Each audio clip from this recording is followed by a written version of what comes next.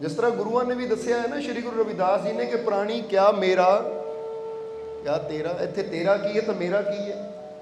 और मिसाल कादी दिती पंछियां दी, कि जैसे तरवर पंख बसेरा, कि जिस तरह पेड़ के उपर पंखी बहते है, पंछी आते है, तुसीं देखते हो जो सूरज डुब्बण वाला हुंदा सारे पंछी इकट्ठे हो जाते, तो जिद्दां ही सूरज की पहली किरण निकलण वाली हुंदी है तो सारे पंछी उडारी मार जाते, अपनी अपने रिजक की तलाश में अपने अपने मार्ग पर चले जाते हैं। वो कहते इसी तरह अज असीं भी इत्थे पंछियों की तरह इकट्ठे हुए हैं, और जो मौत की किरण आनी है, यानी वो सूरज चढ़ना है मृत्यु का, तो फिर सारिਆਂ ने अपनी अपनी मंजिल की तरफ उडारी मार जानी है।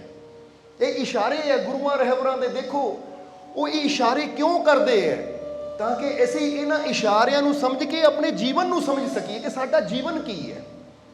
कहा गया ना कि शब्द चाहता है कि पानी केरा बुध बुधा ऐस मानस की जात देखत ही छुप जाएगा जूं तारा प्रभात, कि अज तू है नज़र आंदा है, तुरदा है, फिरदा है, खांदा है, पींदा, पर एक टाइम आना जदों लभ्या भी तेरी खबर नहीं मिलनी कित्थे चला गया। ढूंढे पता मिले नहीं तेरा, खोजी खोज ना पाएगा, कहे कबीर जागे सो पाए, सोएगा पछताएगा।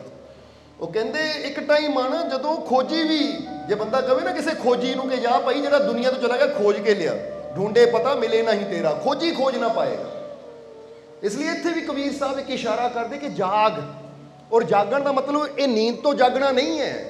जागण का मतलब है कि इस सच्चाई नूं पहचान कि मेरी मृत्यु वो मौत किसी टाइम भी आ सकती है। इत्थे सानूं एक बड़ी प्यारी एक फकीर होए है फरीद सावरी, उन्होंने जीवन की एक घटना याद आ गई सानूं कि एक दिन फरीद सावरी अपने कुछ प्यारिਆਂ नाल जा रहे सी, तो नज़र किधर गई कि एक उस इलाके का अमीर आदमी सी, नवाब सी, जिहदी शादी हो रही सी, वो अपनी दुल्हन नूं लैके गृह प्रवेश करवा रहा सी। यानी बाजे बज रहे हैं, खुशियां दे नाल दुल्हन सज धज के दरवाजे ते खड़ी है, और फुल्लां नाल उहदा स्वागत हो रहा। गृह प्रवेश का मतलब वो अंदर जाने की तैयारी चल रही है। जल्ले फरीद सावरी ने देखा, कहते देखो कितना खुशी का माहौल है, कि गृह प्रवेश हो रहा, यानी ये नवाब की शादी हुई है, कितना इत्थे बैंड वाजे बज रहे, खुशियां मनाइया जा रही हैं। हुण वो खुशी के माहौल नूं देख के थोड़ा अगे गए। जो थोड़ा अगे गए तो की देखा कि एक जगह अर्थी जा रही है। की जा रही है? अर्थी जा रही है, कोल ही कब्रस्तान है। तो जो अर्थी नूं जांदियां देखिया तो फरीद सावरी फिर उहदे मगर मगर चल पे, और देखा कि अगे कबर खोदी गई है, और वो अर्थी नूं, वो लाश नूं लिजा के कबर च दफनाया जा रहा है। तो उस वेले फरीद सावरी ने इस सिचुएशन नूं देखदियां होया बड़ा प्यारा एक ना कलाम कहा, और एक कलाम विच बड़ा ज्ञान छुपिया है, जरा समझना।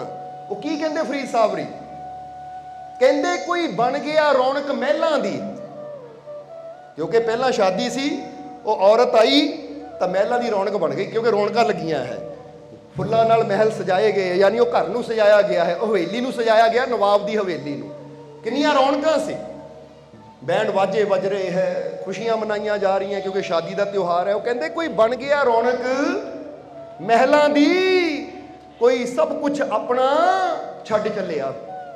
दूजे पासे अर्थी नूं देखो, वो अपना सब कुछ छड्ड के चला गया, घर भी इत्थे रह गया, जमीन भी इत्थे रह गई, यानी जो भी उहदे कोल सी, जिहनूं बंदा कहंदा ना मेरा। तां ही तां असीं एक सवाल पुछीदा है कि अखां बंद करके अपने आप तो पूछो कि इत्थे मेरा की है, तो अपने आप ही अंदरों जवाब आना शुरू हो जाएगा कि मेरा है की। कभी पूछे अपने आप को? अच्छा पहला एक सवाल का जवाब दे दो कि की सानू अपनी मृत्यु याद है? कि सानू मृत्यु याद है? अच्छा किहनूं किहनूं अपनी मौत याद है? हथ खड़ा करके दसो कि जिन्होंने याद है कि मैं एक दिन मरना है, किहनूं याद है? वैसे तुहानूं सारिआं नूं याद है, गलत कहते हो तुसीं, क्योंकि ये तो सिर्फ एक फॉर्मैलिटी वास्ते हथ खड़ा करता, पर मौत याद है नहीं किसी को, क्योंकि जिन्हों मौत याद होवे वो इंसान कभी गुनाह नहीं करता। हुण तुसीं दसो, तुसीं कहंदे सानूं मौत याद है, जे मौत याद है तो तुसीं नफरत क्यों करते हो, झगड़े क्यों करते हो, गाली गलोच क्यों करते हो, किसी को बुरा क्यों बोलते हो? क्योंकि जिन्हों मौत याद होंदी वो कभी ਕਿਸੇ ਨਾਲ ਨਫ਼ਰਤ ਨਹੀਂ ਕਰ ਸਕਦਾ, ਕਿਸੇ ਨੂੰ ਗਾਲੀ ਨਹੀਂ ਦੇ ਸਕਦਾ, ਕਿਸੇ ਨਾਲ ਝਗੜੇ ਕਰਨ ਵਿੱਚ ਆਪਣਾ ਸਮਾਂ ਨਹੀਂ ਗਵਾ ਸਕਦਾ, ਕਿਉਂਕਿ ਪਤਾ ਇੱਕ ਦਿਨ ਮਰ ਹੀ ਜਾਣਾ ਹੈ। ਤਾਂ ਇੰਨਾ ਟਾਈਮ ਤਾਂ ਮੇਰੇ ਕੋਲ ਹੈ ਹੀ ਨਹੀਂ ਕਿ ਇਹਨੂੰ ਨਫ਼ਰਤ ਵਿੱਚ, ਝਗੜਿਆਂ ਵਿੱਚ, ਬਹਿਸ ਬਾਜੀ ਵਿੱਚ ਮੈਂ ਗਵਾਵਾਂ, ਬਲਕਿ 4 ਦਿਨ ਮੇਰੀ ਜ਼ਿੰਦਗੀ ਦੇ ਆਪ ਵੀ ਆਨੰਦ ਲਵਾਂ ਤਾਂ ਦੂਜਿਆਂ ਦੇ ਜੀਵਨ 'ਚ ਵੀ ਆਨੰਦ ਦੇ ਰੰਗ ਭਰ ਦੇਵਾਂ। ਜਿਹਨੂੰ ਮੌਤ ਯਾਦ ਹੋਵੇ ਉਹ ਕਦੀ ਕਿਸੇ ਨੇ ਚੋਰੀ ਕਰੇਗਾ, ਠੱਗੀ ਕਰੇਗਾ ਉਹ, ਕਿਉਂਕਿ ਪਤਾ ਹੈ ਕਿ ਇੱਕ ਦਿਨ ਮਰ ਜਾਣਾ। ਭਾਈ ਮੈਂ ਠੱਗੀਆਂ ਕਰ ਰਿਹਾ, ਠੱਗੀ ਕਰਕੇ ਜਿਹੜਾ ਧਨ ਜੋੜਨਾ, ਧਨ ਤਾਂ ਇੱਥੇ ਰਹਿ ਜਾਣਾ ਹੈ, ਪਰ ਜਿਹੜਾ ਠੱਗੀ ਕਰਕੇ ਬੁਰਾ ਅਮਾਲ ਮੇਰੇ ਪੱਲੇ ਪੈਣਾ ਹੈ, ਇਹਨਾਂ ਮੈਨੂੰ ਤੰਗ ਕਰਨਾ ਹੈ। ਇਸ ਲਈ ਐਸਾ ਇਨਸਾਨ ਜਿਹਨੂੰ ਮੌਤ ਯਾਦ ਹੋਵੇ, ਉਹਨੂੰ ਇੱਕ ਗੱਲ ਹਮੇਸ਼ਾ ਯਾਦ ਰੱਖੋ, ਜਿਹਨੂੰ ਮੌਤ ਯਾਦ ਹੋਵੇ ਉਹਨੂੰ ਰੱਬ ਵੀ ਯਾਦ ਹੁੰਦਾ। ਜਿਹਨੂੰ ਰੱਬ ਯਾਦ ਹੋਵੇ ਉਹਦਾ ਧਿਆਨ ਕਦੀ ਗੁਨਾਹਾਂ ਵੱਲ, ਪਾਪਾਂ ਵੱਲ, ਬੁਰਾਈਆਂ ਵੱਲ ਜਾਂਦਾ ਹੀ ਨਹੀਂ ਹੈ। ਹੁਣ ਬੰਦੇ ਨੂੰ ਪੁੱਛੋ, ਮੌਤ ਮੈਨੂੰ ਯਾਦ ਹੈ ਪਰ ਮੈਂ ਝੂਠ ਬੋਲਦਾ ਹਾਂ, ਮੌਤ ਮੈਨੂੰ ਯਾਦ ਹੈ ਪਰ ਮੈਂ ਹੇਰਾ ਫੇਰੀਆਂ ਕਰਦਾ ਹਾਂ, ਮੌਤ ਮੈਨੂੰ ਯਾਦ ਹੈ ਪਰ ਮੈਂ ਝਗੜੇ ਕਰਦਾ ਹਾਂ, ਗਾਲੀ ਗਲੋਚ ਕਰਦਾ ਹਾਂ, ਮੌਤ ਮੈਨੂੰ ਯਾਦ ਹੈ, ਰੱਬ ਮੈਨੂੰ ਯਾਦ ਹੈ ਪਰ ਮੈਂ ਦੂਜਿਆਂ ਨੂੰ ਦੁੱਖ ਦਿੰਦਾ ਹਾਂ, ਤਾਂ ਫਿਰ ਇਹ ਲੱਗਦਾ ਕਿ ਭਾਈ ਇਹ ਕਿੱਦਾਂ ਹੋ ਸਕਦਾ? ਫਿਰ ਇਹ ਤਾਂ ਤੂੰ ਗੱਲ ਹੀ ਬਿਲਕੁਲ ਉਲਟੀ ਕਹਿ ਰਿਹਾ ਹੈ। ਕਿਉਂਕਿ ਜਿਨ੍ਹਾਂ ਨੂੰ ਮ੍ਰਿਤਿੂ ਯਾਦ ਹੁੰਦੀ ਹੈ ਉਹ ਫਿਰ ਕਦੀ ਬੁਰਾ ਨਹੀਂ ਕਰਦੇ, ਕਿਉਂਕਿ ਇਹ ਸਾਰਿਆਂ ਨੂੰ ਪਤਾ ਹੈ ਕਿ ਉੱਥੇ ਅਮਲਾਂ ਦੇ ਹੋਣੇ ਨੇ ਨਵੇੜੇ, ਕਿ ਉੱਥੇ ਅਮਲਾਂ ਦੇ ਨਵੇੜੇ ਹੋਣੇ ਹੈ। ਤਾਂ ਜੇ ਇੱਕ ਦਿਨ ਮਰ ਕੇ ਮੈਂ ਉੱਥੇ ਆਪਣਾ ਹਿਸਾਬ ਦੇਣਾ ਹੀ ਹੈ, ਤਾਂ ਫਿਰ ਕਿਹੜਾ ਮੂਰਖ ਹੈ ਜਿਹੜਾ ਮਾੜੇ ਅਮਲ ਕਾਲੇ ਲੇਖ ਲਿਖ ਕੇ ਲੈ ਕੇ ਜਾਏਗਾ? ਜਿਹਦਾ ਬਾਬਾ ਫਰੀਦ ਨੇ ਕਿਹਾ ਨਾ, ਫਰੀਦਾ ਜੇ ਤੂੰ ਅਕਲ ਲਤੀਫ ਹੈ, ਤਾਂ ਕੀ ਕਹਿੰਦੇ ਉਹ, ਕਾਲੇ ਲਿਖਣਾ ਲੇਖ ਆਪ ਨੜੇ ਗਿਰੇਵਾਨ ਮੇ ਸਿਰ ਨੀਮਾ ਕਰ ਵੇਖ। ਉਹ ਕਹਿੰਦੇ ਜੇ ਵਾਕਈ ਤੂੰ ਅਕਲਮੰਦ ਹੈ, ਅਕਲ ਲਤੀਫ ਦਾ ਮਤਲਬ ਹੁੰਦਾ ਬੰਦਾ ਕਹਿੰਦਾ ਮੈਂ ਬਹੁਤ ਗਿਆਨਵਾਨ ਹੈ, ਬਹੁਤ ਅਕਲਮੰਦ ਹੈ, ਮੇਰੇ ਵਰਗਾ ਬੁੱਧੀਮਾਨ ਅਕਲਮੰਦ ਕੋਈ ਹੈ ਹੀ ਨਹੀਂ। ਉਹ ਕਹਿੰਦੇ ਵਾਕਈ ਜੇ ਤੂੰ ਅਕਲਮੰਦ ਹੈ ਤਾਂ ਫਿਰ ਕਾਲੇ ਲੇਖ ਕਿਉਂ ਲਿਖਦਾ ਹੈ? ਹੁਣ ਕਾਲਾ ਲੇਖ ਦਾ ਮਤਲਬ ਕੀ ਹੁੰਦਾ ਕਿ ਜਦੋਂ ਅਸੀਂ ਕਿਸੇ ਦੇ ਜ਼ੁਲਮ ਕਰਦੇ ਹਾਂ, ਜਦੋਂ ਕਿਸੇ ਦਾ ਬੁਰਾ ਕਰਦੇ ਹਾਂ, ਅਸੀਂ ਕਾਲਾ ਲੇਖ ਹੀ ਲਿਖ ਰਹੇ ਹਾਂ, ਕਿਉਂਕਿ ਇਹ ਨਾ ਸਾਡੇ ਅੱਗੇ ਇੱਕ ਦਿਨ ਆ ਕੇ ਰਹਿਣਾ ਹੈ। ਤਾਂ ਹੀ ਤਾਂ ਇਹ ਹਰ ਪਵਿੱਤਰ ਸ਼ਾਸਤਰ ਦੇ ਅੰਦਰ, ਹਰ ਧਾਰਮਿਕ ਗ੍ਰੰਥ ਦੇ ਅੰਦਰ ਦੱਸਿਆ ਗਿਆ ਹੈ ਕਿ ਜੈਸੀ ਕਰਨੀ ਵੈਸੀ ਤੈਨੂੰ ਭਰਨੀ ਵੀ ਪੈਣੀ ਹੈ, ਕਿਉਂਕਿ ਉਹ ਬੈਠਾ ਸਭ ਕੁਝ ਦੇਖ ਰਿਹਾ ਹੈ। ਤਾਂ ਹੀ ਤਾਂ ਕਹਿੰਦੇ ਨਾ, ਅੱਛੀ ਕਰਨੀ ਕਰਿਓ ਕਬੀਰਾ, ਕਰਮ ਨਾ ਕਰਿਓ ਕਾਲਾ। ਅੱਛੀ ਕਰਨੀ ਕਰਿਓ ਕਬੀਰਾ, ਕਰਮ ਨਾ ਕਰਿਓ ਕਾਲਾ, ਹਜ਼ਾਰ ਆਂਖ ਸੇ ਦੇਖ ਰਹਾ ਹੈ ਤੁਝਕੋ ਦੇਖਣ ਵਾਲਾ। ਉਹ ਕਹਿੰਦੇ ਆਪਣੀਆਂ ਹਜ਼ਾਰਾਂ ਅੱਖਾਂ ਨਾਲ, ਬੇਅੰਤ ਨਜ਼ਰਾਂ ਨਾਲ ਉਹ ਦੇਖਣ ਵਾਲਾ ਤੈਨੂੰ ਦੇਖ ਰਿਹਾ ਹੈ। ਤਾਂ ਜਿਹਨੂੰ ਪਤਾ ਹੋਵੇ ਕਿ ਮੇਰਾ ਰੱਬ ਮੈਨੂੰ ਦੇਖ ਰਿਹਾ ਹੈ, ਫਿਰ ਉਹ ਕਿੱਦਾਂ ਨਫ਼ਰਤ ਕਰੇਗਾ, ਕਿੱਦਾਂ ਬੁਰਾ ਕਰੇਗਾ? ਔਰ ਫਿਰ ਇੱਕ ਗੱਲ ਇਹ ਵੀ ਕਹਾਂਗੇ ਕਿ ਜਿਹਨੂੰ ਰੱਬ ਯਾਦ ਹੁੰਦਾ ਹੈ ਨਾ, ਜਾਂ ਜਿਹਨੂੰ ਮ੍ਰਿਤਿੂ ਯਾਦ ਹੁੰਦੀ ਹੈ, ਫਿਰ ਬਹੁਤੀ ਚਿੰਤਾ ਵੀ ਨਹੀਂ ਕਰਦਾ ਉਹ। ਕਿਉਂ ਚਿੰਤਾ ਨਹੀਂ ਕਰਦਾ? ਕਿਉਂਕਿ ਅੱਜ ਬੰਦੇ ਨੂੰ ਚਿੰਤਾ ਰਹਿੰਦੀ ਹੈ ਕਿ ਮੇਰਾ ਕੀ ਬਣੇਗਾ, ਮੇਰਾ ਕੀ ਹੋਏਗਾ। ਤਾਂ ਜਿਹਨੂੰ ਮੌਤ ਯਾਦ ਹੈ, ਰੱਬ ਯਾਦ ਹੈ, ਉਹਨੂੰ ਪਤਾ ਹੈ ਕਿ ਜਿਹਨੇ ਜ਼ਿੰਦਗੀ ਦਿੱਤੀ ਹੈ, ਜੀ ਸੰਭਾਲ ਵੀ ਉਹ ਆਪ ਹੀ ਕਰੇਗਾ। ਠੀਕ ਹੈ, ਜੋ ਮੇਰਾ ਕਰਮ ਕਰਨ ਵਾਲਾ ਮੈਂ ਕਰਨਾ, ਬਾਕੀ ਉਹਦੀ ਰਹਿਮਤ ਤਾਂ ਮੈਨੂੰ ਪਤਾ ਹੀ ਹਰ ਕਦਮ ਤੇ ਮੇਰੇ ਨਾਲ। ਇੱਕ ਵਿਸ਼ਵਾਸ ਵੀ ਹੁੰਦਾ ਬੰਦੇ ਨੂੰ। ਇਸ ਲਈ ਹਰ ਇਨਸਾਨ ਕਹਿੰਦਾ ਮੈਨੂੰ ਮੌਤ ਯਾਦ ਹੈ, ਪਰ ਜਦੋਂ ਇਨਸਾਨ ਹੇਰਾ ਫੇਰੀ, ਨਫ਼ਰਤ ਕਰਦਾ ਹੈ, ਤਾਂ ਫਿਰ ਸਮਝ ਲਓ ਇਹ ਮੌਤ ਯਾਦ ਨਹੀਂ ਹੈ। ਤਾਂ ਹੀ ਤੇ ਕਹਿੰਦਾ ਹੈ ਨਾ ਕਿ ਜੇ ਮੈਂ ਸੋਚਾਂ ਅੱਖਾਂ ਬੰਦ ਕਰ ਜੱਗ ਵਿੱਚ ਕੌਣ ਹੈ ਮੇਰਾ, ਜੇ ਮੈਂ ਸੋਚਾਂ ਅੱਖਾਂ ਬੰਦ ਕਰ ਜੱਗ ਵਿੱਚ ਕੌਣ ਹੈ ਮੇਰਾ, ਤਾਂ ਹੁਣ ਤੁਹਾਨੂੰ ਕੀ ਨਜ਼ਰ ਆਉਂਦਾ ਹੈ? ਜੇ ਅੱਖਾਂ ਬੰਦ ਕਰਕੇ ਤੁਸੀਂ ਸੋਚੋ ਕਿ ਜੱਗ 'ਚ ਮੇਰਾ ਹੈ ਕੌਣ? ਸੱਚ ਦੱਸਿਓ, ਅੰਦਰੋਂ ਕਿਹਦੀ ਤਸਵੀਰ ਨਜ਼ਰ ਆਉਂਦੀ ਹੈ? ਕੌਣ ਨਜ਼ਰ ਆਉਂਦਾ ਹੈ? ਆਉਂਦੀ ਕੋਈ ਤਸਵੀਰ? ਆਉਂਦਾ ਕੋਈ ਅੰਦਰ ਕੋਈ ਚਿਹਰਾ, ਕੋਈ ਸ਼ਕਲ, ਕੋਈ ਸੂਰਤ, ਕੋਈ ਤਸਵੀਰ ਨਜ਼ਰ ਆਉਂਦੀ ਹੈ ਕਿ ਮੈਂ ਅੱਖਾਂ ਬੰਦ ਕਰਕੇ ਸੋਚਿਆ ਤਾਂ ਆਹ ਤਸਵੀਰ ਨਜ਼ਰ ਆਈ ਕਿ ਇਹ ਮੇਰਾ ਹੈ? ਤਾਂ ਇੱਥੇ ਜਰਾ ਹੁਣ ਗੌਰ ਕਰਨਾ ਕੀ ਦੱਸਿਆ ਹੈ। ਜੇ ਮੈਂ ਸੋਚਾਂ ਅੱਖਾਂ ਬੰਦ ਕਰ ਜੱਗ ਵਿੱਚ ਕੌਣ ਹੈ ਮੇਰਾ, ਉਹ ਮੁਰਸ਼ਦ ਮੇਰੇ ਮੀਤ ਪਿਆਰੇ, ਦਿਸਦਾ ਮੁਖੜਾ ਤੇਰਾ। ਕਿਉਂਕਿ ਇੱਥੇ ਉੱਥੇ ਰਖਵਾਲਾ ਮੇਰਾ ਸਤਿਗੁਰ, ਕਿਉਂਕਿ ਫਿਰ ਤਾਂ ਉਹਦਾ ਹੀ ਚਿਹਰਾ ਨਜ਼ਰ ਆਉਂਦਾ ਹੈ। ਇਸ ਲਈ ਜੇ ਮੈਂ ਸੋਚਾਂ ਅੱਖਾਂ ਬੰਦ ਕਰ ਜੱਗ ਵਿੱਚ ਕੌਣ ਹੈ ਮੇਰਾ, ਮੁਰਸ਼ਦ ਮੇਰੇ ਮੀਤ ਪਿਆਰੇ, ਦਿਸਦਾ ਮੁਖੜਾ ਤੇਰਾ। ਫਿਰ ਜਗਤ ਦੀ ਚਿੰਤਾ ਦੇ ਵਿੱਚ ਕਿਉਂ ਆਪਣਾ ਆਪ ਗਵਾਵਾਂ? ਜਦ ਤੂੰ ਮੇਰਾ ਹੈ ਤਾਂ ਫਿਰ ਮੈਂ ਚਿੰਤਾ ਦੇ ਵਿੱਚ ਆਪਣਾ ਆਪ ਕਿਉਂ ਗਵਾਵਾਂ? ਕਿਉਂ ਚਿੰਤਾ ਕਰਕੇ ਆਪਣੇ ਤਨ ਨੂੰ ਰੋਗ ਲਗਾਵਾਂ? ਫਿਰ ਜਗਤ ਦੀ ਚਿੰਤਾ ਦੇ ਵਿੱਚ ਕਿਉਂ ਆਪਣਾ ਆਪ ਗਵਾਵਾਂ? ਸ਼ੀਸ਼ ਇਹ ਦੇ ਕੇ ਜੇ ਤੂੰ ਮਿਲ ਜੇ, ਹੱਸ ਕੇ ਸ਼ੀਸ਼ ਕਟਾਵਾਂ। ਉਹ ਕਹਿੰਦੇ ਜੇ ਸ਼ੀਸ਼ ਦੇ ਕੇ, ਸਿਰ ਦੇ ਕੇ ਵੀ ਤੂੰ ਮਿਲ ਜਾਵੇਂ ਤਾਂ ਮੈਂ, ਕਿਉਂਕਿ ਸੁਲਤਾਨ ਵਾਹੂ ਵੀ ਕਹਿੰਦੇ ਨਾ, ਜੇ ਸਿਰ ਦਿੱਤਿਆਂ ਰੱਬ ਮਿਲ ਜਾਵੇ ਵਾਹੂ ਤਾਂ ਉਸ ਮੌਤੋਂ ਕੀ। ਉਹ ਕਹਿੰਦੇ ਫਿਰ ਕੀ ਡਰ ਰਿਹਾ? ਜੇ ਸਿਰ ਦੇ ਕੇ ਰੱਬ ਮਿਲਦਾ ਤਾਂ ਫਿਰ ਉਸ ਨੂੰ ਤੋਂ ਕੀ ਡਰਨਾ ਹੈ, ਫਿਰ ਤਾਂ ਹੱਸ ਕੇ ਸਿਰ ਕਟਾ ਦੇ।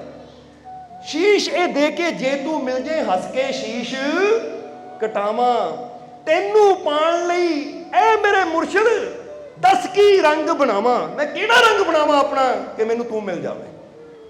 ਇਹ ਆਸ਼ਕਾਂ ਦੀ ਗੱਲ ਹੁੰਦੀ ਹੈ। ਇਸ ਲਈ ਬੁੱਲੇ ਸ਼ਾਹ ਨੇ ਆਪਣੇ ਯਾਰ ਦੀ ਖੁਸ਼ੀ ਦੀ ਖਾਤਰ ਦੇਖੋ ਕਿੰਨੇ, ਪਤਾ ਨਾ ਤੁਹਾਨੂੰ ਕਿੰਨਾ ਕੁਛ ਕੀਤਾ ਬੁੱਲੇ ਸ਼ਾਹ ਨੇ, ਕਿੰਨੀਆਂ ਤਕਲੀਫਾਂ ਚੱਲੀਆਂ, ਪੈਰੀ ਘੁੰਗਰੂ ਪਾ ਲਏ ਇੱਕ ਰਜ਼ਾ ਦੀ ਖਾਤਰ ਕਿ ਮੇਰਾ ਯਾਰ ਰਾਜੀ ਹੋ ਜਾਵੇ। ਸੋ ਜਿਨ੍ਹਾਂ ਨੂੰ ਪਤਾ ਹੈ ਕਿ ਮੈਂ ਦੁਨੀਆ ਤੋਂ ਇੱਕ ਦਿਨ ਜਾਣਾ ਹੈ, ਉਹ ਫਿਰ ਨਫ਼ਰਤਾਂ ਵਿੱਚ, ਬੈਰ ਵਿਰੋਧਤਾ ਦੇ ਵਿੱਚ ਸਮਾਂ ਖਰਾਬ ਨਹੀਂ ਕਰਦੇ, ਉਹ ਕਰਮ ਕਰਦੇ ਕਿ ਕਿਸੇ ਤਰ੍ਹਾਂ ਸਾਡਾ ਰੱਬ, ਸਾਡਾ ਸਤਿਗੁਰ ਰਾਜੀ ਹੋ ਜਾਵੇ। ਬੋਲੋ ਸਮਝਦੇ ਹੋ ਕਿ ਨਹੀਂ? ਕਿਉਂਕਿ ਫਿਰ ਪਤਾ ਲੱਗਦਾ ਕਿ ਬੰਦੇ ਨੂੰ ਆਪਣਾ ਅੰਤਿਮ ਸਮਾਂ, ਆਪਣੀ ਮ੍ਰਿਤਿੂ ਯਾਦ ਹੈ। ਜਿਸ ਤਰ੍ਹਾਂ ਕਹਿੰਦੇ ਨਾ ਬਾਬਾ ਫਰੀਦ ਇੱਕ ਦਿਨ, ਉਹ ਫਰੀਦ ਸਾਬਰੀ ਦੀ ਗੱਲ ਹੈ, ਫਰੀਦ ਸਾਬਰੀ ਅਲੱਗ ਫਕੀਰ ਹੋਏ ਤਾਂ ਬਾਬਾ ਫਰੀਦ ਅਲੱਗ ਫਕੀਰ ਹੋਏ, ਕਿ ਬਾਬਾ ਫਰੀਦ ਇੱਕ ਦਿਨ ਇੱਕ ਜਗ੍ਹਾ ਪਹੁੰਚੇ ਜਿੱਥੇ ਇੱਕ ਮਈਤ, ਇੱਕ ਲਾਸ਼ ਪਈ ਹੋਈ ਸੀ। ਜਦੋਂ ਬਾਬਾ ਫਰੀਦ ਨੂੰ ਲੋਕਾਂ ਨੇ ਦੇਖਿਆ ਤਾਂ ਕਹਿੰਦੇ ਮਹਾਰਾਜ ਕੋਈ ਗਿਆਨ ਦੀ ਗੱਲ ਦੱਸੋ, ਪਰ ਬਾਬਾ ਫਰੀਦ ਕੁਛ ਨਹੀਂ ਬੋਲੇ। ਫਿਰ ਦੂਜੀ ਵਾਰ ਬੇਨਤੀ ਕੀਤੀ ਕਿ ਮਹਾਰਾਜ ਤੁਸੀਂ ਐਡੇ ਵੱਡੇ ਫਕੀਰ ਹੋ, ਤੁਹਾਡੀ ਬਾਣੀ ਬੜੀ ਮਿੱਠੀ ਹੈ, ਕੋਈ ਗਿਆਨ ਦੀ ਗੱਲ ਦੱਸੋ। ਬਾਬਾ ਫਰੀਦ ਫਿਰ ਚੁੱਪ ਰਹੇ। ਫਿਰ ਤੀਸਰੀ ਵਾਰ ਉਹਨਾਂ ਨੇ ਕਿਹਾ ਕਿ ਮਹਾਰਾਜ ਤੁਸੀਂ ਬੋਲਦੇ ਕਿਉਂ ਨਹੀਂ, ਕੋਈ ਗਿਆਨ ਦੀ ਗੱਲ ਦੱਸੋ। ਤਾਂ ਉਸ ਵੇਲੇ ਬਾਬਾ ਫਰੀਦ ਨੇ ਇੱਕੋ ਹੀ ਗੱਲ ਕਹੀ, ਉਹ ਕਹਿੰਦੇ ਭਾਈ ਮੈਂ ਕੀ ਬੋਲਾਂ, ਉਹ ਮਈਤ ਤੁਹਾਡੇ ਸਾਹਮਣੇ ਪਈ ਹੈ, ਮੁਰਦਾ ਸਰੀਰ ਤੁਹਾਡੇ ਸਾਹਮਣੇ ਪਿਆ ਹੈ, ਜੇ ਇਹਨੂੰ ਦੇਖ ਕੇ ਤੁਹਾਨੂੰ ਕੋਈ ਗਿਆਨ ਨਾ ਹੋਇਆ ਤਾਂ ਅਸੀਂ ਤੁਹਾਨੂੰ ਕੀ ਗਿਆਨ ਦੇਣਾ ਹੈ। ਕਿਉਂਕਿ ਸਭ ਤੋਂ ਬੜੀ ਗਿਆਨ ਦੀ ਗੱਲ ਤਾਂ ਇਹੀ, ਇਹਨੂੰ ਦੇਖ ਕੇ ਸਮਝ ਲਈਏ ਕਿ ਇੱਕ ਦਿਨ ਅਸੀਂ ਵੀ ਇੱਥੇ ਲੇਟਣਾ ਹੈ। ਹੁਣ ਅਸੀਂ ਕਈ ਵਾਰ ਇਹ ਗੱਲ ਦਾ ਜ਼ਿਕਰ ਕਰਦੇ ਹਾਂ ਕਿ ਮਹਾਤਮਾ ਬੁੱਧ ਦੇ ਜੀਵਨ 'ਚ ਬਦਲਾਵ ਆ ਗਿਆ, ਸਿਰਫ ਉਹਨਾਂ ਨੇ ਇੱਕ ਵਾਰ ਜੀਵਨ 'ਚ ਅਰਥੀ ਦੇਖੀ ਸੀ। ਕਦੀ ਪੜ੍ਹ ਕੇ ਦੇਖਣਾ ਮਹਾਤਮਾ ਬੁੱਧ ਦੀ ਜ਼ਿੰਦਗੀ ਨੂੰ।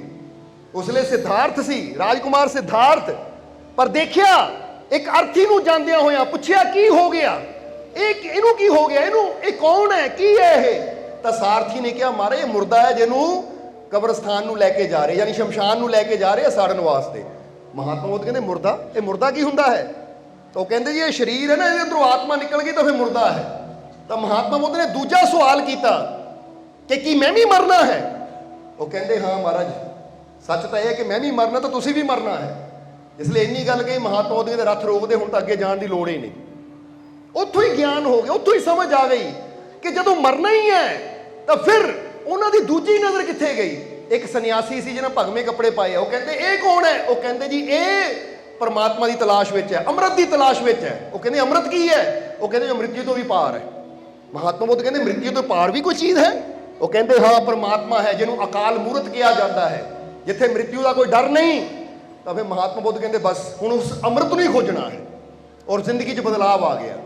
ਹੁਣ ਜਿਹਨੇ ਬਦਲਣਾ ਹੋਵੇ ਉਹ ਇੱਕ ਘਟਨਾ ਨੂੰ ਦੇਖ ਕੇ ਹੀ ਉਹਦੀ ਜ਼ਿੰਦਗੀ ਬਦਲ ਜਾਂਦੀ ਹੈ। ਔਰ ਸੱਚ ਦੱਸਿਓ, ਬੰਦਾ ਆਪਣੇ ਜੀਵਨ ਨੂੰ ਦੇਖੇ ਤਾਂ ਆਪਣੇ ਜੀਵਨ 'ਚ ਬੰਦਾ ਕਿੰਨੇ ਜਨਾਜੇ ਦੇਖਦਾ ਹੈ, ਕਿੰਨੀਆਂ ਲਾਸ਼ਾਂ ਦੇਖਦਾ ਹੈ, ਕਿੰਨੀਆਂ ਅਰਥੀਆਂ ਉੱਠਦੀਆਂ ਦੇਖਦਾ ਹੈ, ਪਰ ਕਦੀ ਵੀ ਬੰਦੇ ਦੇ ਜੀਵਨ 'ਚ ਕੋਈ ਬਦਲਾਵ ਨਹੀਂ ਆਇਆ। ਬਲਕਿ ਦੇਖਣ 'ਚ ਕੀ ਹੁੰਦਾ ਹੈ, ਉਧਰ ਚਿਤਾ ਸੜਦੀ ਹੁੰਦੀ ਹੈ ਤਾਂ ਪਿੱਛੇ ਬੈਠੇ ਬੰਦੇ ਨਾ ਉਹ ਜਲਦੀ ਕਰ ਲਓ, ਦੁਕਾਨ ਦਾ ਵੀ ਟਾਈਮ ਹੋ ਗਿਆ, ਪਿੱਛੇ ਗਾਹਕ ਆਉਂਦੇ ਹੋਣੇ, ਮੈਂ ਦੁਕਾਨ ਤੇ ਵੀ ਪਹੁੰਚਣਾ ਹੈ। ਜਾਂ ਉਧਰ ਚਿਤਾ ਦੀ ਤਿਆਰੀ ਹੋ ਰਹੀ ਹੈ ਤਾਂ ਬੰਦੇ ਨੂੰ ਫਿਕਰ ਹੈ ਕਿ ਜਲਦੀ ਹੋ ਜਾਵੇ, ਮੇਰਾ ਉਹ ਕੰਮ ਹੈ, ਮੇਰਾ ਉਹ ਕੰਮ ਹੈ। ਉਹ ਜਿੱਥੇ ਖੜ ਕੇ ਸਾਨੂੰ ਆਪਣੀ ਮੌਤ ਯਾਦ ਆਣੀ ਚਾਹੀਦੀ ਹੈ, ਨੇਕੀਆਂ ਅੱਛੀ ਕਰਨੀ ਯਾਦ ਆਣੀ ਚਾਹੀਦੀ, ਉੱਥੇ ਵੀ ਸਾਨੂੰ ਆਪਣੇ ਕੰਮਾਂ ਧੰਦਿਆਂ ਦੀ ਫਿਕਰ ਹੁੰਦੀ ਕਿ ਫਟਾਫਟ ਨਿਬੇੜ ਕੇ ਆਪਣਾ ਕੰਮ ਸੰਭਾਲੀਏ ਜਾ ਕੇ। ਯਾਨੀ ਉਹ ਇੱਕ ਟਾਈਮ ਹੁੰਦਾ ਹੈ, ਕਿਉਂਕਿ ਕੁਝ ਪਲ ਹੁੰਦੇ, ਕੁਝ ਘੜੀਆਂ ਹੁੰਦੀਆਂ, ਕੁਝ ਵਾਤਾਵਰਨ ਐਸਾ ਹੁੰਦਾ ਹੈ ਕਿ ਜਿੱਥੇ ਬਹਿ ਕੇ ਅਸੀਂ ਕੁਝ ਸਿੱਖ ਸਕਦੇ ਹਾਂ, ਸਮਝ ਸਕਦੇ ਹਾਂ, ਔਰ ਆਪਣੇ ਜੀਵਨ 'ਚ ਬਦਲਾਵ ਲਿਆ ਸਕਦੇ ਹਾਂ। ਇਸੇ ਲਈ ਬਾਬਾ ਫਰੀਦ ਨੇ ਕਿਹਾ ਅਗਰ ਹੁਣ ਵੀ ਇਹ ਤੋਂ ਨਾ ਸਮਝੇ ਤਾਂ ਫਿਰ ਇਹਨਾਂ ਨੂੰ ਕੌਣ ਸਮਝਾਏਗਾ? ਔਰ ਇਹੀ ਗੱਲ ਫਰੀਦ ਸਾਬਰੀ ਕਹਿ ਰਹੇ ਹੈ ਕਿ ਕੋਈ ਬਣ ਗਿਆ ਰੌਣਕ ਮਹਿਲਾਂ ਦੀ ਤੇ ਕੋਈ ਸਭ ਕੁਝ ਆਪਣਾ ਛੱਡ ਚੱਲਿਆ। ਕਹਿੰਦੇ ਦੇਖ ਲਓ ਕਿਤੇ ਰੌਣਕ ਮਹਿਲਾਂ ਦੀ ਬਣ ਗਏ, ਬਾਜੇ ਵੱਜ ਰਹੇ ਆ, ਸ਼ਾਦੀ ਹੋ ਰਹੀ ਹੈ ਤਾਂ ਕੋਈ ਆਪਣਾ ਸਭ ਕੁਝ ਛੱਡ ਕੇ ਜਾ ਰਿਹਾ। ਅਗਲੀਆਂ ਲਾਈਨਾਂ ਬੜੀਆਂ ਸਮਝਣ ਵਾਲੀਆਂ ਫਰੀਦ ਸਾਬਰੀ ਦੀਆਂ, ਇੱਕ ਇੱਕ ਲਾਈਨ ਨੂੰ ਸਮਝਣਾ, ਕਿਉਂਕਿ ਇਹ ਸਾਡੇ ਸਾਰਿਆਂ ਦੇ ਜੀਵਨ ਦਾ ਗਿਆਨ ਛੁਪਿਆ ਹੈ ਕਿ ਕੋਈ ਬਣ ਗਿਆ ਰੌਣਕ ਮਹਿਲਾਂ ਦੀ, ਕੋਈ ਛੱਡ ਕੇ ਆਪਣਾ ਸਭ ਚੱਲਿਆ, ਕੋਈ ਭੁੱਲ ਗਿਆ ਮਕਸਦ ਆਵਣ ਦਾ ਤੇ ਕੋਈ ਕਰਕੇ ਮਕਸਦ ਹੱਲ ਚੱਲਿਆ। ਸਮਝ ਆਈ ਕਿ ਨਹੀਂ? ਕਹਿੰਦੇ ਦੁਨੀਆ ਤੇ ਜਨਮ ਲੈਣ ਦਾ, ਦੁਨੀਆ ਤੇ ਆਉਣ ਦਾ ਕੋਈ ਸਾਡਾ ਮਕਸਦ ਹੈ, जरा हुण सच दस्सिओ, अपना मकसद याद है कि नहीं सानू कि दुनिया ते असीं क्यों आए हैं? दुनिया ते हुण याद तां की करना, कईयां नूं तां पता ही नहीं हुंदा कि साडा दुनिया ते आउण दा मकसद है की। अच्छा, किहनूं किहनूं पता कि साडा दुनिया ते आउण दा मकसद की है? पता किसे नूं? जरा सोचो। हुण जे पता ही ना होवे, हुण बंदा कहंदा पੱਖਾ काहदे वास्ते बनिया है, इहनूं बनाउण दा मकसद की है? पता ना तुहानूं पੱਖੇ नूं बनाउण दा मकसद की है? की मकसद है ਉਹਦਾ? जवाब दे दिओ ਤਾਂ ਕਿ ਅਸੀਂ ਉਹਨੂੰ चला के उतो ठंडी हवा लै सके। पता ना? अच्छा, कुर्सी बनाने का मकसद की है? ताकि असी कुर्सी ते आराम नाल बैठ सकीए। टीवी, फ्रिज, इत्थे तक कि घर बार मकान, घर बार मकान, हर चीज़, छोटी तो छोटी चीज़ बनाने का भी एक कह दिओ मकसद है, पर वह पता है सानू। इत्थे तक कि तुहानू एक ना गिलास के बारे ही पूछिए कि गिलास का मकसद की है, तुसीं कहना जी इसका मकसद है इन्ना ही पानी पीना है, या चाह पीनी है, या ये कई उपाय है। हुण छोटी तो छोटी चीज़ का मकसद बंदे नूं पता है, पर अपने जीवन का मकसद पता कि साडे जीवन का मकसद की है? वो जिहड़ी चीज़ है सानूं सब तो पहला पता होना चाहिए, ਉਹਦਾ पता ही नहीं तो बाकी हर चीज़ बारे जानते हैं असीं, तो फिर साडे जीवन च खुशियां किदां आउणगीआं, साडे जीवन च सफलता किदां आएगी, साडा जीवन संपूर्ण किदां होएगा? इसलिए जीवन का मकसद की है, ਇਹਦੇ ਬਾਰੇ ਇਹੀ ਫਰੀਦ ਸਾਬਰੀ ਕਹਿ ਰਿਹਾ ਕਿ ਕੋਈ ਭੁੱਲ ਗਿਆ ਮਕਸਦ ਆਵਣ ਦਾ ਤੇ ਕੋਈ ਕਰਕੇ ਮਕਸਦ ਹੱਲ ਚੱਲਿਆ। ਜਰਾ ਹੁਣ ਸਮਝੋ ਸਾਰੇ ਜੀ ਕਿ ਅਗਰ ਇਹ ਜੀਵਨ ਦੇ ਮਕਸਦ ਨੂੰ ਸਮਝਣਾ ਹੋਵੇ ਤਾਂ ਟਾਈਮ ਬਹੁਤ ਬੜਾ ਚਾਹੀਦਾ, ਪਰ ਅਸੀਂ ਸ਼ਾਰਟ 'ਚ 2 ਪੁਆਇੰਟ ਦੱਸ ਦਿੰਦੇ ਹਾਂ ਤੁਹਾਨੂੰ। ਨਹੀਂ ਤਾਂ ਇਹਦੇ ਬਾਰੇ ਪੂਰਾ ਸਤਸੰਗ ਹੋ ਸਕਦਾ ਹੈ ਕਿ ਸਾਡੇ ਜੀਵਨ ਦਾ ਮਕਸਦ ਕੀ ਹੈ ਔਰ ਅਸੀਂ ਇਹਨੂੰ ਸਫਲ ਕਿਸ ਤਰ੍ਹਾਂ ਬਣਾ ਸਕਦੇ ਹਾਂ, ਪਰ ਇੱਥੇ ਸ਼ਾਰਟ 'ਚ 2 ਪੁਆਇੰਟ ਦੱਸ ਦਿੰਦੇ ਹਾਂ ਤੁਹਾਨੂੰ कि परमात्मा ने अगर सानू ये जीवन दिता है, जिंदगी दी है, तो जीवन का मकसद की है? सब तो पहली गल तो ये जानो कि जीवन का मकसद अगर समझना होवे तो सब तो पहला छोटा जिहा पॉइंट ये है कि जे परमात्मा ने सानू ये जिंदगी दी ना, जीवन दिता है, तो जीवन च सब तो पहला असीं उस परमानंद की खोज करनी है, जिन्होंने गुरुआं ने कहा है कि बहुत जन्म बिछड़े थे माँ तो जे जन्म तुम्हारे लेखे। यानी ठीक है, असी काम करने हैं, असी रोटी भी खानी है, कपड़ा भी पाना है, मकान भी बनाना है, हर कर्म करदियां होए एक चीज़ याद रखनी है कि साडा असली मकसद दुनिया ते आण दा वो परमानंद नूं हासिल करना है। जरा हुण गौर करना, जिद्दां हुण इहनूं इदां समझ लो कि एक बंदे ने दिल्ली जाना होवे ना, तो गड्डी लैके दिल्ली जांदा है, उहदा मकसद दिल्ली जाना है, पर रास्ते 'च उहनूं भुख लगदी है तो गड्डी रोक के रोटी भी खांदा है, प्यास लगदी है पानी भी पींदा है, या रास्ते 'ਚ ਉਹਦੀ ਹੋਰ ਜ਼ਰੂਰਤ ਹੁੰਦੀ ਹੈ ਕਿਤੇ ਆਰਾਮ ਕਰਨਾ ਤਾਂ ਥੋੜੀ ਦੇਰ ਰੈਸਟ ਵੀ ਕਰ ਲੈਂਦਾ ਹੈ। ਪਰ ਜੇ ਹੁਣ ਉਹ ਰੈਸਟ ਕਰਨ ਵਿੱਚ ਹੀ, ਖਾਣਾ ਖਾਣ ਵਿੱਚ ਹੀ, ਜਾਂ ਪਾਣੀ ਪੀਣ ਵਿੱਚ, ਨਹਾਉਣ ਧੋਣ ਵਿੱਚ ਹੀ ਲੱਗਾ ਰਹੇ ਸਾਰੀ ਜ਼ਿੰਦਗੀ, ਔਰ ਭੁੱਲ ਹੀ ਜਾਵੇ ਕਿ ਮੇਰੀ ਮੰਜ਼ਿਲ ਦਿੱਲੀ ਹੈ, ਮੈਂ ਉੱਥੇ ਪਹੁੰਚਣਾ ਹੈ, ਤੇ ਇਹਦਾ ਮਤਲਬ ਸਫ਼ਰ ਤਾਂ ਹੋਇਆ ਪਰ ਮਕਸਦ ਇਹਦਾ ਹੱਲ ਨਹੀਂ ਹੋਇਆ।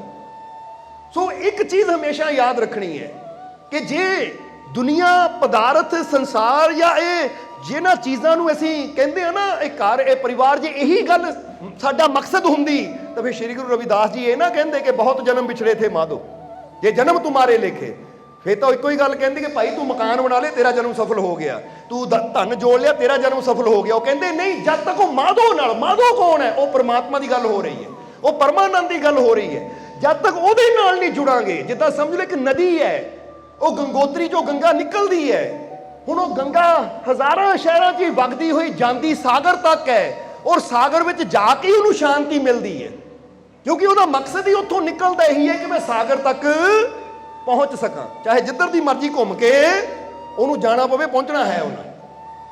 ਤਾਂ ਜੇ ਉੱਥੇ ਤੱਕ ਪਹੁੰਚੇ ਹੀ ਨਾ ਤਾਂ ਫਿਰ ਇਹਦਾ ਮਤਲਬ ਗੰਗਾ ਦਾ ਮਕਸਦ ਸੰਪੂਰਨ, ਨਦੀ ਦਾ ਮਕਸਦ ਨਹੀਂ ਪੂਰਾ ਹੋਇਆ। ਇਸੇ ਤਰ੍ਹਾਂ ਇਹ ਦੇਖਣਾ ਹੈ कि मैं दुनिया के उपर धन कमांदियां होया, जिंदगी जींदियां होया, कपड़ा पांदियां होया, भोजन का स्वाद लैंदियां होया, की मैं अपनी मंजिल की तरफ वध रहा हाँ? की मैं अपने प्रभु की तरफ वध रहा हाँ? और उहदी तरफ वधन का मतलब की है? हुण ये भी गल याद रखो, परमात्मा की तरफ वधन का मतलब सिर्फ इन्ना ही नहीं है कि माला लैके बह जाओ। परमात्मा की तरफ वधन का मतलब है कि असीं नेक कर्म करने, नेकियां करनियां है, अच्छाइयां करनियां है, क्योंकि साडा ये भी मकसद है कि असीं आप भी जीवन च आनंद लेना है तो दूजियां दे जीवन च भी आनंद भरना है। जिद्दां गुलाब खिलदा है तो उसदा मकसद है कि वो आप महक ना भरिया हुंदा तो दूजियां नूं महक वो दिंदा है, पर जे गुलाब आप ही अंदरों दुर्गंध ना भरिया होएगा तो दूजे नूं महक की देगा। इसलिए ये भी जीवन च असीं याद रखना है कि छोटी तो छोटी चीज़ भी जो रब ने पैदा की है ना, वो किसी ना किसी को कोई ना कोई फायदा दे रही है। एक छोटा जिहा पौधा भी दूजे को फायदा दे रहा है। तो जरा सोचो, जे मैनू मेरे मालिक ने जीवन दिता है कि मैं कुछ ऐसा कर्म करदा जिन्ना दूजिया को कोई खुशी मिले, दूजिया का कोई भला हो, चाहे थोड़ा ही करा पर कुछ ना कुछ तो भला करा। समझ आ रही कि नहीं? सो ये दो चीज़ां, ये दो छोटे जे पॉइंट दसे है कि अपनी मंजिल को भी याद रखना है।